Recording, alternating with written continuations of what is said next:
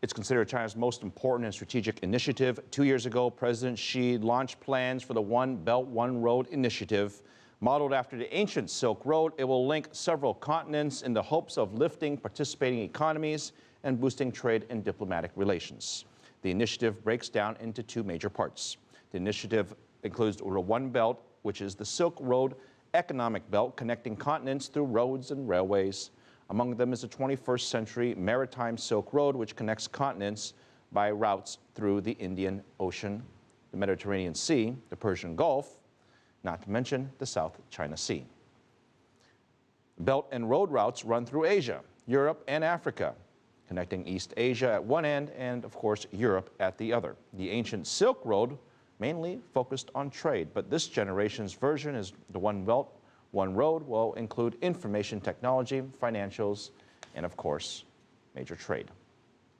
Now, the massive project will drastically change China's westernmost region.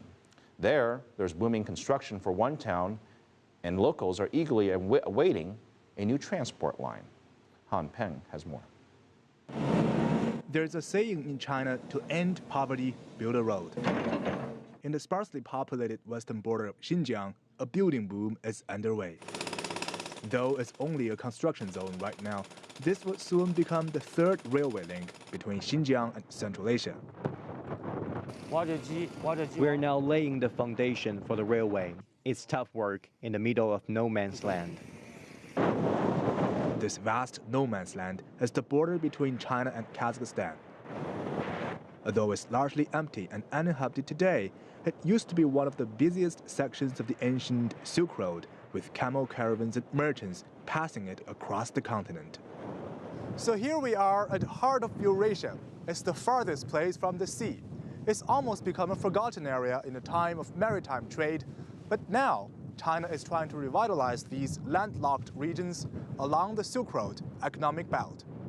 Once complete, the railway will link the border town of Tacheng with the oil-rich city of Karamay. Most importantly, it'll measure just 300 kilometers long, 1,500 kilometers shorter than the current available rail route. That's because our neighbor Kazakhstan also has a plan to build its part of the railway link from its capital Astana to Tacheng. If both countries complete construction, cargo can travel all the way from the Pacific coast to Europe in just 8 days, compared to over a month through the maritime route. Although the project's completion is still years away, residents of nearby communities have already begun to imagine that future. Wang Pengfei is a farmer in the border region. Fertile land and Xinjiang's unique climate have made its vegetables a welcome export to Kazakhstan. All that's missing is a way to get them there fast enough to meet demand. Exports have been rising quickly these past years, but our biggest bottleneck is the inefficient transportation. For now, Wang and his neighbors must send their vegetables to Central Asia through truck containers.